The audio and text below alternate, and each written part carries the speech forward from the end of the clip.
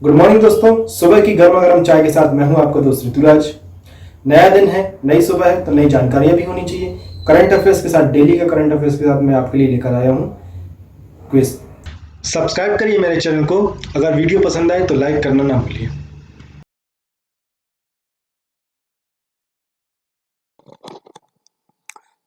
तो चलिए दोस्तों स्टार्ट करते हैं आज की क्लास।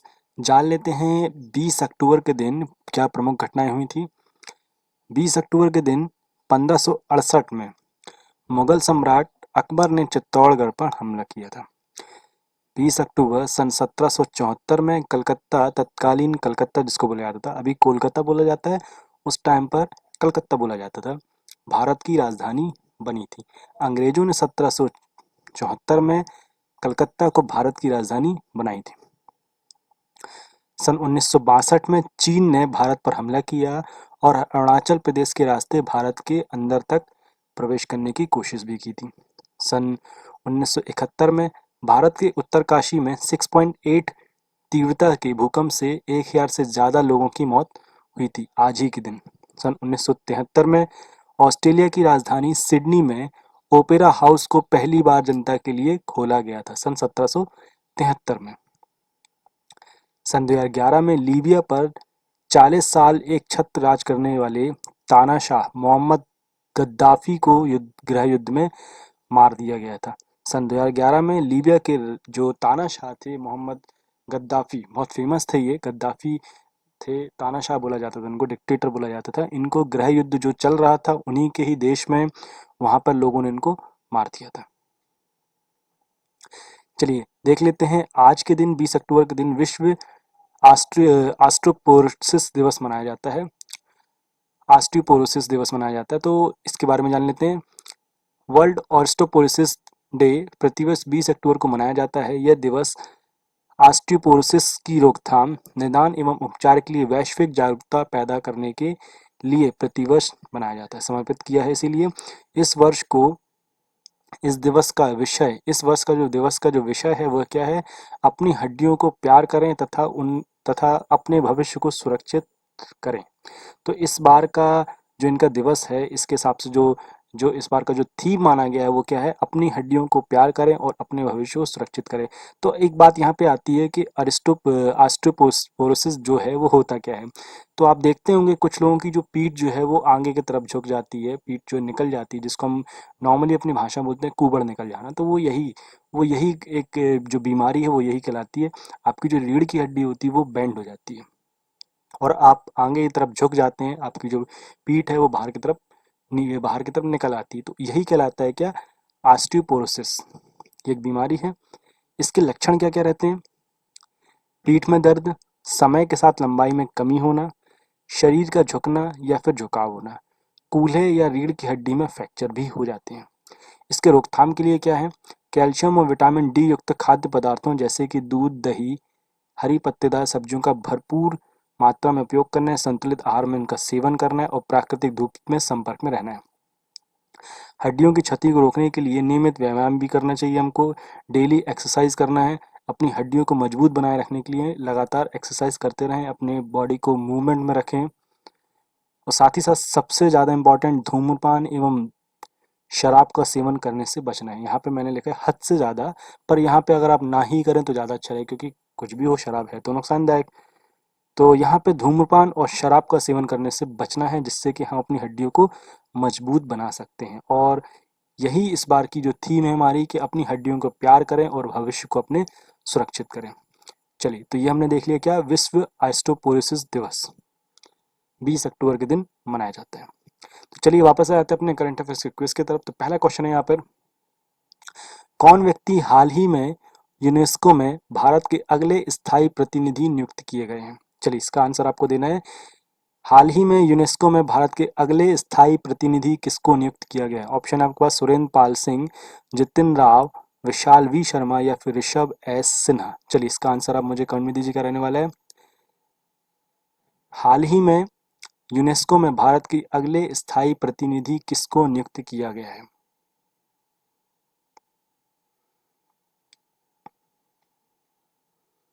चलिए इसका आंसर है विशाल वी शर्मा। विशाल वी शर्मा को यूनेस्को में भारत के स्थायी प्रतिनिधि मंडल का अगला प्रतिनिधि नियुक्त किया गया है। विशाल पेरिस स्थित यूनेस्को मुख्यालय में भारत के स्थायी प्रतिनिधि जावेद अशरफ की जगह लेंगे। तो चलिए, हमको यहाँ पे एक और काम की चीज़ क्या मिल गई कि इसके पहले विशाल वी शर्मा के पहले भारत के स्थायी प्रतिनिधि कौन थे? जावेद अशरफ जी थे। अब उनकी जगह पे कौन आ गया है? विशाल वी शर्मा जी आ गए हैं। मैंने आपको पिक्स लगाई, आप देख सकते हैं यहाँ पे विशाल वी शर्मा अभी रिसेंट में यूनेस्को में भारत के अगले प्रतिनिधि नियुक्त किए गए हैं। चलिए, नेक्स्ट क्वेश्चन है, हाल ही में किसे अंतर्राष्ट्रीय भारोत्तोलन महासंघ का अंतरिम अध्यक्ष नियुक्त किया गया? ऑप्शन है आपके पास वाजिद खान, अहमद पटेल, जेम्स फोरिक्स या फिर मिशेल ईरानी। हाल ही में किसे अंतर्राष्ट्रीय भारोत्तोलन महासंघ का अंतरिम अध्यक्ष नियुक्त किया गया है? अंतर्राष्ट्रीय भारोत्तोलन महासंघ इंटरनेशनल वेट लिफ्टिंग का अंतरिम अध्यक्ष किसे चुना गया है? फेडरेशन का अध्यक्ष किसे चुना गया है? दोस्तों, आपसे निवेदन है कि अगर आपने अभी तक मेरे चैनल को सब्सक्राइब नहीं किया है तो प्लीज़ इसे सब्सक्राइब करिए, जिससे आपको आने वाले समय में जो नए वीडियो आने वाले हैं उसका नोटिफिकेशन लगातार मिलता रहेगा। और साथ ही साथ में अगर आपको वीडियो पसंद आता है तो लाइक करिए।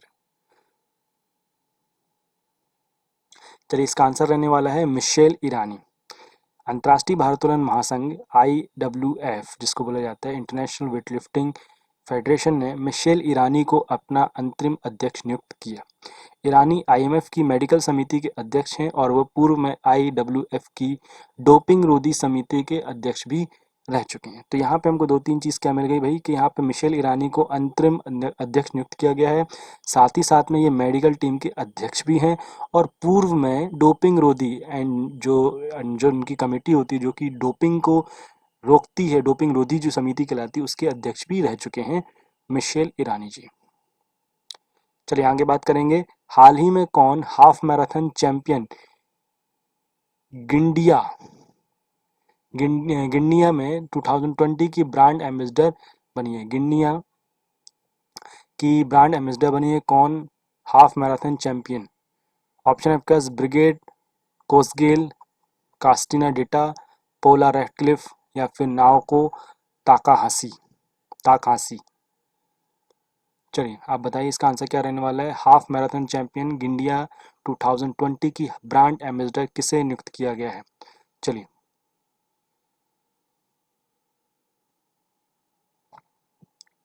इसका आंसर है कास्टिना डिटा। रोमानिया की 2008 की ओलंपिक चैंपियन कास्टिना डिटा को विश्व एथलेटिक्स हाफ मैराथन चैंपियनशिप गिडेनिया 2020 का ब्रांड एम्बेसडर बनाया गया है। वर्ल्ड हाफ मैराथन चैंपियनशिप के 8 संस्करणों में डिटा ने हिस्सा लिया और 7 पदक अर्जित किए, जिससे वह इस आयोजन के इतिहास की सबसे सफल एथलीट बन गई हैं। चलिए, हाल ही में जारी ग्लोबल हंगर इंडेक्स 2020 में भारत को कौन सा स्थान मिला है? हाल ही में जारी ग्लोबल हंगर इंडेक्स 2020 में भारत को कौन सा स्थान मिला है? ऑप्शन है प्लस 90वां स्थान, 94, 98 या फिर 99वां। चलिए, आपको बताना है हाल ही में ग्लोबल हंगर इंडेक्स भारत को कौन सा स्थान मिला है।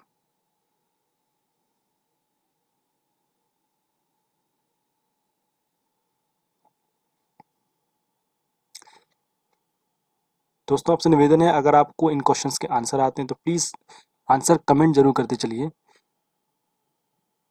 और अगर आपको वीडियो पसंद आता है तो लाइक जरूर करिए। चलिए, इसका आंसर है 94वां स्थान। तो ग्लोबल हंगर इंडेक्स 2020 के अनुसार भारत में अब भी काफ़ी भुखमरी मौजूद है। आपको बता दिया जाए कि 107 देशों के लिए दी गई रैंकिंग में भारत 94वें पायदान पर ग्लोबल हंगर इंडेक्स वैश्विक भुखमरी सूचकांक, जिसको बोला जाएगा हिंदी में, रैंक पर आया है। कौन से रैंक पर? 94वें रैंक पर। रिपोर्ट के अनुसार 27.2 स्कोर के साथ भारत भूख के मामले में गंभीर स्थिति में भी है। चलिए, आगे बात करते हैं, हाल ही में किसे भारतीय बैडमिंटन ब्रांड ट्रांसफॉर्म के ब्रांड एम्बेसडर के रूप में नियुक्त किया गया है? बैडमिंटन ब्रांड जो है ट्रांसफॉर्म के ब्रांड एम्बेसडर में किसको नियुक्त किया गया है, आपको ये बताना है। ऑप्शन है आपका श्रीकांत किदम्बी, प्रकाश पादुकोण, समीर वर्मा या फिर चेतन आनंद? चलिए इसका आंसर आप मुझे कमेंट में दीजिए। किसे भारतीय बैडमिंटन ब्रांड ट्रांसफॉर्म के ब्रांड एम्बेसडर के रूप में नियुक्त किया गया है?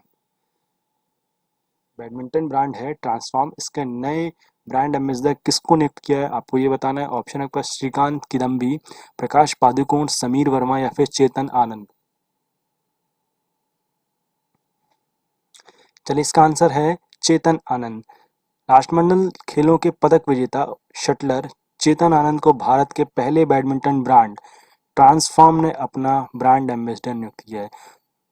तो यहाँ पे आत्मनिर्भर भारत के तहत भारत का बैडमिंटन ब्रांड, पहला भारतीय बैडमिंटन ब्रांड जो है ट्रांसफॉर्म लॉन्च किया गया है। इसके जो ब्रांड एम्बेसडर हैं चेतन आनंद जी को बनाया गया। चलिए बात करेंगे किस रेसर ने हाल ही में एफिल ग्रैंड प्रिक्स 2020 जीती है। एफिल ग्रैंड प्रिक्स 2020 जीती है किस रेसर ने? मैक्स वास्टापिन, लुइस हैमिल्टन, डेनियल रिकार्डो या फिर वॉल्टेरी बोटास? किस रेसलर ने हाल ही में एलिफ ग्रैंड प्रिक्स 2020 जीती है? चलिए इसका आंसर आप मुझे कमेंट में दीजिएगा, रहने वाला है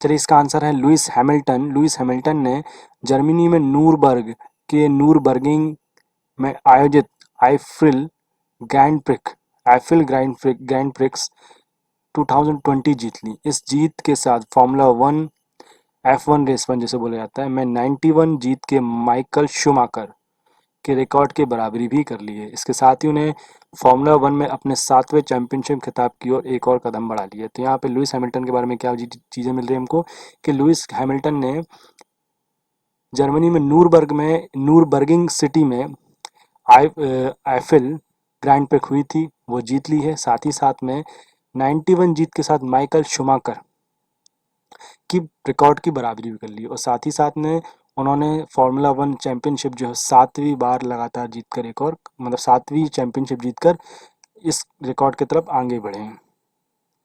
चलिए आगे बात करेंगे कौन व्यक्ति हाल ही में जॉर्डन के नए प्रधानमंत्री बने हैं।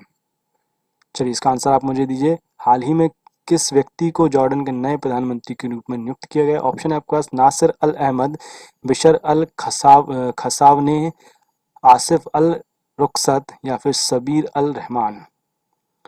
जॉर्डन के नए प्रधानमंत्री किसे नियुक्त किया गया है आपको बताना है। ऑप्शन दिए हैं नासिर अल अहमद, बिशर अल खसावने, आसिफ अल रुखसत या फिर सबीर अल रहमान।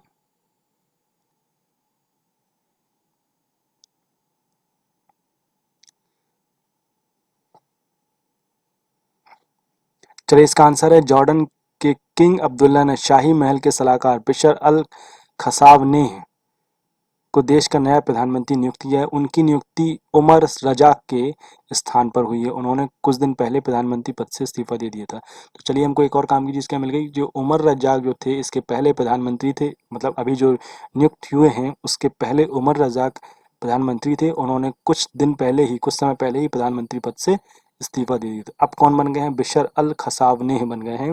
और जॉर्डन के किंग कौन है यहाँ पे? अब्दुल्ला। चलिए आगे बात करेंगे कौन व्यक्ति हाल ही में नागरिक उड्डयन सुरक्षा ब्यूरो BCAS नागरिक उड्डयन सुरक्षा ब्यूरो के नए महानिदेशक नियुक्त किए गए हैं? ऑप्शन है आपका SP राजकुमार, PK माथुर, MA गणपति या फिर DK चंद्रशेखर जी। हाल ही में किस व्यक्ति को नागरिक उड्डयन सुरक्षा ब्यूरो के नए महानिदेशक नियुक्त किया गया है? चलिए इसका आंसर आप मुझे कमेंट में दीजिए, रहने वाला है नागरिक उड्डयन सुरक्षा ब्यूरो BCAS के नए महानिदेशक किसको नियुक्त किया गया है? नए डायरेक्टर किसको नियुक्त किया गया आपको बताना है।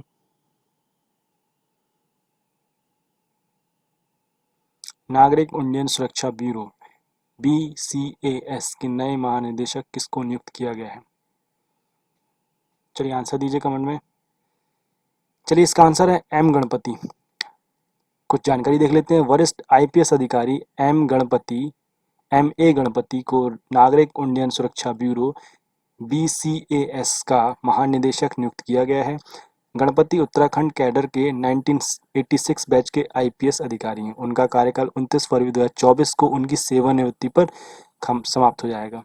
राकेश अस्थाना को अगस्त में सीमा सुरक्षा बल के महानिदेशक के रूप में नियुक्त किए जाने के बाद से BAS प्रमुख पद खाली हो गया था।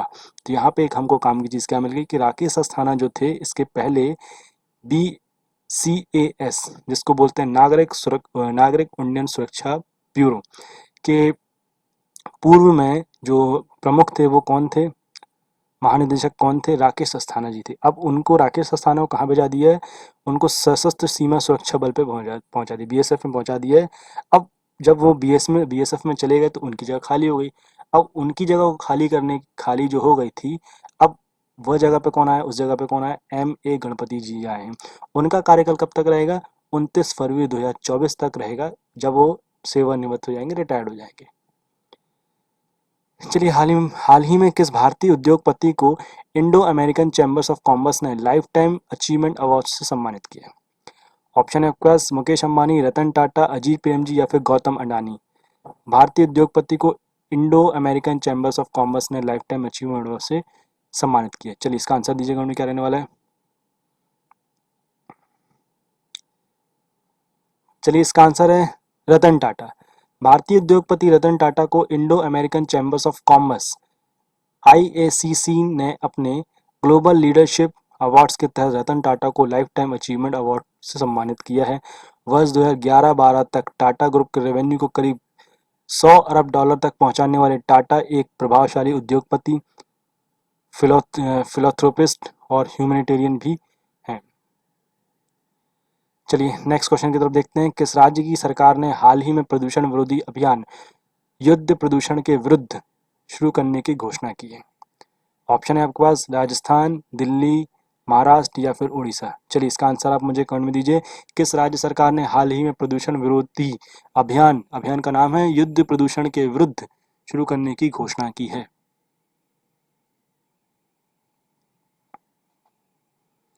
चलिए, इसका आंसर है दिल्ली। दिल्ली के मुख्यमंत्री अरविंद केजरीवाल ने दिल्ली में प्रदूषण स्तर को कम करने के लिए प्रदूषण विरोधी अभियान युद्ध प्रदूषण के विरुद्ध शुरू करने की घोषणा की है। मुख्यमंत्री ने कहा कि हम प्रदूषण के खिलाफ युद्ध छेड़ रहे हैं, हम युद्ध प्रदूषण के विरुद्ध अभियान शुरू कर रहे हैं, हमें आप सभी का सहयोग भी चाहिए। तो यहाँ पर मुख्यमंत्री अरविंद केजरीवाल जी ने एक अभियान चालू किया जिसका नाम है युद्ध प्रदूषण के विरुद्ध, जिसका उद्देश्य क्या है, दिल्ली में प्रदूषण के स्तर को कम करना, जिसके लिए उन्होंने दिल्ली वासियों से, दिल्ली के जो रहवासी हैं उनसे अपील भी की है कि हमें इसमें आपके सहयोग की ज़रूरत है, आप इसमें सहयोग दीजिए जिससे हम दिल्ली में प्रदूषण के स्तर को कम कर सकेंगे। चलिए, ये तो हमने देख लिया आज के करंट अफेयर्स के क्विज देख लिए। अब कुछ आर्टिकल्स और देख लेते हैं। केंद्रीय मंत्री नितिन गडकरी ने आंध्र प्रदेश में 15,592 करोड़ रुपए की परियोजनाओं का उद्घाटन किया। नितिन गडकरी जी ने आंध्र प्रदेश में 15,592 करोड़ रुपए की परियोजनाओं का उद्घाटन किया है। केंद्रीय मंत्री नितिन गडकरी ने 16 अक्टूबर 2020 को आंध्र प्रदेश में 15,592 करोड़ रुपए की राजमार्ग परियोजनाओं का उद्घाटन किया और आधारशिला रखी, जिसमें 16 राजमार्ग परियोजनाएं शामिल हैं जो 1,411 किलोमीटर से अधिक लंबी हैं। इस मौके पर आंध्र प्रदेश के मुख्यमंत्री YS जगनमोहन रेड्डी, केंद्रीय सड़क परिवहन राज्य मंत्री जनरल सेवानिवृत्त हैं जनरल डॉक्टर VK सिंह, केंद्रीय गृह राज्य मंत्री G किशन रेड्डी समेत अन्य लोग मौजूद थे। इस परियोजना पर कुल खर्च लगभग 15,592 करोड़ रुपए आने वाला है। इसके मुख्य इंपॉर्टेंट बिंदु क्या है ये भी देख लेते हैं। इस परियोजना की कुल लंबाई 1,411 किलोमीटर है। केंद्रीय मंत्री नितिन गडकरी ने कहा कि 34,100 करोड़ रुपए या 34,100 करोड़ रुपए की कार्य विस्तृत परियोजना रिपोर्ट DPR चरण में है, जबकि 25,440 करोड़ रुपए की परियोजनाओं का काम जारी है। इस मौके पर आयोजित कार्यक्रम को वीडियो कॉन्फ्रेंसिंग के जरिए संबोधित करते हुए केंद्रीय मंत्री नितिन गडकरी ने कहा कि मई 2014 से पहले आंध्र प्रदेश में राष्ट्रीय राजमार्गों की लंबाई 4,143 किलोमीटर थी, जो अब बढ़कर 6,860 किलोमीटर हो गई है। इस दौरान कुल 2,666 किलोमीटर यानी लगभग 64% की इसमें वृद्धि भी हुई है। उन्होंने कहा कि 18,100 करोड़ रुपए की परियोजना पर 50 से 60% काम हो गया है। केंद्रीय मंत्री गडकरी ने कहा कि राज्य में भारतमाला परियोजना के तहत 5000 किलोमीटर राष्ट्रीय राजमार्ग का विकास किया जा रहा है। इसके अतिरिक्त कार्यक्रम के तहत बंदरगाह से जुड़े 400 किलोमीटर सड़कों का विकास भी किया जाएगा। और साथ ही में उन्होंने कहा कि प्रधानमंत्री नरेंद्र मोदी के नए भारत के दृष्टिकोण के अनुरूप भारतमाला परियोजना जैसे कि कार्यक्रम के जरिए वैश्विक स्तर के परिवहन ढांचागत सुविधाओं का विकास भी किया जा रहा है। अब भारतमाला परियोजना का ये भी देख लेते हैं। भारतमाला परियोजना भारत का सबसे बड़ा बुनियादी ढांचा विकास कार्यक्रम है।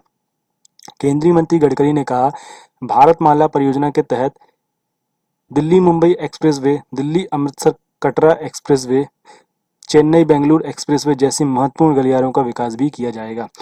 उन्होंने कहा कि 335 किलोमीटर लंबे अनंतपुर अमरावती एक्सप्रेसवे का निर्माण भी इस कार्यक्रम के तहत किया जा रहा है। चलिए अब ग्लोबल हंगर इंडेक्स के बारे में भी जान लेते हैं। भारत को यहाँ पे 94वां स्थान मिला है, 94वां स्थान मिला है। इसके बारे में कुछ देख लेते हैं। हाल ही में जारी ग्लोबल हंगर इंडेक्स 2020 के अनुसार भारत में अब भी काफ़ी भुखमरी मौजूद है। तो यहाँ पर एक बात करी गई है कि भारत में आज भी बहुत ज़्यादा भुखमरी मौजूद है। आपको बता दें कि 107 देशों के लिए की गई रैंकिंग भारत को 94 नंबर मिले हैं, 94 स्थान पर है वो। रिपोर्ट के अनुसार 27.2 के स्कोर के साथ भारत भूख के मामले में गंभीर स्थिति में भी है। अब इसके बारे में कुछ और जान लेते हैं। इस रिपोर्ट के मुताबिक भारत की करीब 14% जनसंख्या कुपोषण का शिकार भी है। भारत में बच्चों के कुपोषण की स्थिति भयानक है।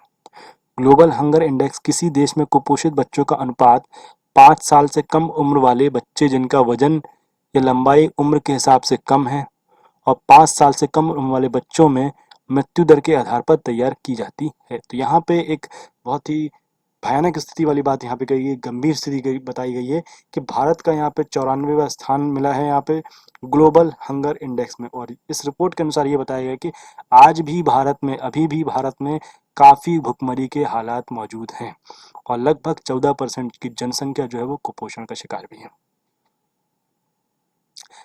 ग्लोबल हंगर इंडेक्स के बारे में क्या होता है ये भी जान लेते हैं। ग्लोबल हंगर इंडेक्स जो है विश्व के भिन्न भिन्न देशों में खान पान की स्थिति का विस्तृत जानकारी रखती है। इस इंडेक्स में ये देखा जाता है कि लोगों को किस तरह से खाद्य पदार्थ मिल रहा है तथा उनकी गुणवत्ता और मात्रा कितनी है और उसमें क्या कमियां हैं। यह रिपोर्ट प्रत्येक साल अक्टूबर महीने में जारी की जाती है। International food policy research institute ने ग्लोबल हंगर इंडेक्स की शुरुआत साल 2006 में की थी। चलिए हमको काम की चीज़ें क्या मिल गई।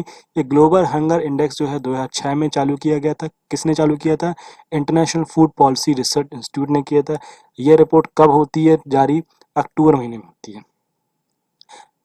वेल्ट हंगर लाइफ नाम की एक जर्मन संस्था ने साल 2006 में पहली बार ग्लोबल हंगर इंडेक्स जारी किया था। हमारा क्या आज का करंट अफेयर्स। नेक्स्ट क्लास में हम पढ़ेंगे। कल की क्लास में मैं डेली आपके लिए लेके आने वाला हूँ, डेली हमारी क्लास रहने वाली है। कल हम फिर पढ़ेंगे कल का करंट अफेयर्स और सारी चीज़ों को जानेंगे। आशा करता हूँ आपको ये मेरा वीडियो पसंद आया होगा। अगर पसंद आया है तो लाइक करिए और ज़्यादा से ज़्यादा शेयर करिए। और अगर आपने इस चैनल को सब्सक्राइब नहीं किया है तो प्लीज़ इसे सब्सक्राइब करिए। हमारी क्लास रेगुलर चल रही है। मैथ्स की क्लास भी हमारी रेगुलर चल रही है, साइंस भी चल रही है, सारी क्लासेस हमारी रेगुलर चल रही हैं। Thank you.